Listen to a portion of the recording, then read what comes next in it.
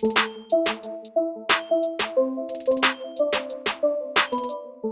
it's time for another edition of Shelton City Council Looking Ahead with City Manager Mark Ziegler. And Mark, Tuesday night, a business meeting, very, very busy agenda.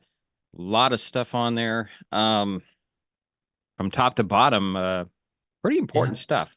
Yeah. And the top thing that I see is the swearing in of a new police officer.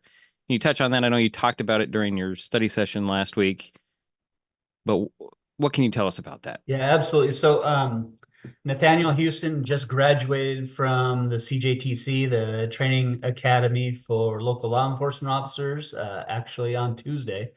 And so next step is swearing in for his official position as a patrol officer with the city of Shelton. We're down.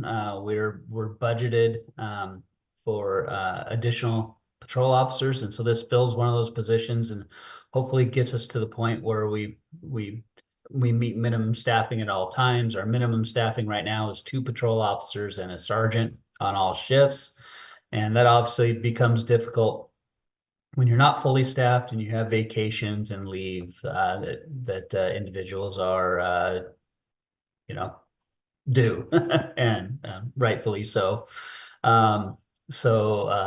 Nate Houston will be actually even before his swearing in, he's on the streets going through his field training program.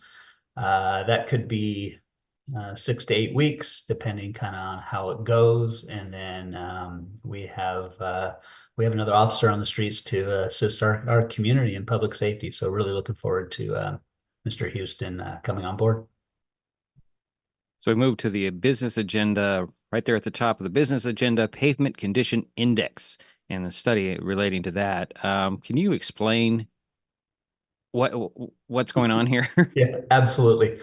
So it's essentially a survey or analysis of all the city streets and the condition rating of the asphalt or the surface on those streets. We need to do that comprehensively for a number of reasons. We put it in our capital improvement program. We put it in our 6-year transportation improvement program.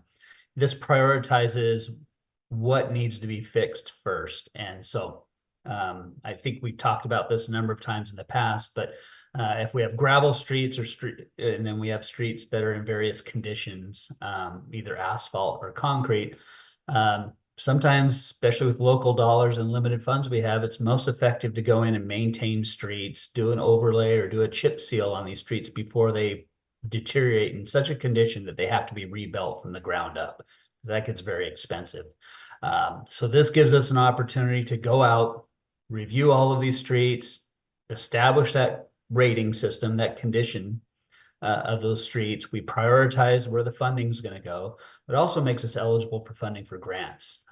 We have to be able to show that through a standardized rating system that's used universally by many cities and other jurisdictions when we seek these funds, rather than just coming to a granting authority and say, well, we think this is our biggest need, or this may be the biggest need, or this may need work before any other streets. We can actually prove that this has been the case, and these streets need the most attention, most care, and work. So it really sets us up for the next 3 to 5 years of managing our street system and the pavement conditions.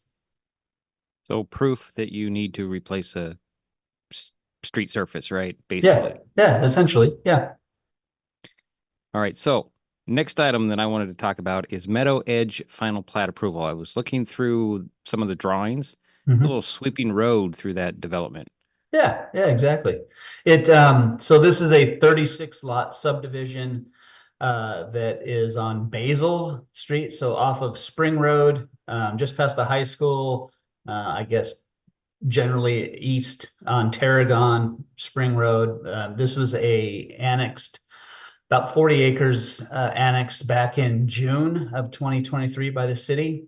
They received their preliminary plat, which basically outlines the lots and the public infrastructure. So the sewer, the water, the streets, the stormwater, any park areas that would be included. They have been working on that work now, making great headway on that. They will bond some of those improvements in the future, so it won't be paved right now. Obviously, in the weather, we're not paving these days. So that'll be bonded, but that gets them to the point of final plat, which allows for them to start building the houses. So this is an administrative process for the council to approve the final plat. And we hope to have building permits in the next several weeks or month, and hope to see 36 new houses in the city of Shelton. So the next item right after the Meadows Edge is garbage rate increase. And when you start talking about rate increases, people start to go, oh no, but we're talking what, 20 cents? Yeah, this is for, so if you remember back in, I think it was 2017, the city essentially contracted with Mason County Garbage for garbage service within the city limits. So Mason County Garbage is the hauler, essentially service provider in the city. So that contract annually allows Mason County Garbage to increase rates based on the consumer price index for Puget Sound area, with a kind of a floor and a ceiling, as well as pass on any tipping fees. So any fees that the county might increase to dump the garbage out at the transfer station. So they pass those on directly. But within the contract, there's unforeseen fees. There's a term in there for unforeseen fees. And so these unforeseen fees have to go back to the city council for consideration. So that's what we're considering on the 20th. Are some fees associated with increased fuel costs due to the Climate Commitment Act, is what Mason County Garbage is asking for. It's 20 cents per month per residential customer and $1.63 per month for commercial customers within the city of Shelton. So representative from Mason County Garbage will be at the meeting on the 20th to present this to the council for consideration. Another item on the agenda is about request for funding from Mason County, 0.09 funds. Can you explain what you're doing with those or what you want to do with those? Yeah, absolutely. So 0.09 funds are sales tax funds essentially, and rural counties can get 0.09% of the of local sales tax funds from the state for economic development. The county has instituted that, and so they have a pot of funds for economic development. Our satellite wastewater treatment facility that's located up off Highway 101 near the old fairgrounds entrance there off of port property is due for some headworks upgrades and a new tank for the reclaimed water. It produces reclaimed water for irrigation and industrial purposes. Some of the customers are the State Patrol Academy and soon to be the Correction Center out there as well for our reclaimed water. So we need a bigger tank to hold more water, provide them during the kind of the low times that system is producing reclaim, but also it's due for upgrades to the headworks for the kind of initial treatment there. So the 0.09 funds were requested from the county to support this. We believe it's an economic driver. It's on the Economic Development Council's SEDS list.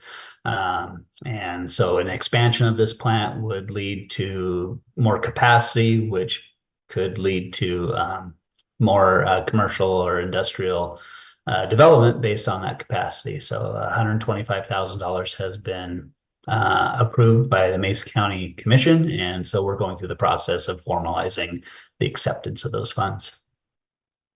Right, Mark, that's just a couple of the items coming before the City Council Tuesday night in the courtroom at the Civic Center, 6 o'clock. You can attend in person. You can get on the Zoom link, or you can watch it on the city's YouTube channel. Thanks, Mark. Thank you.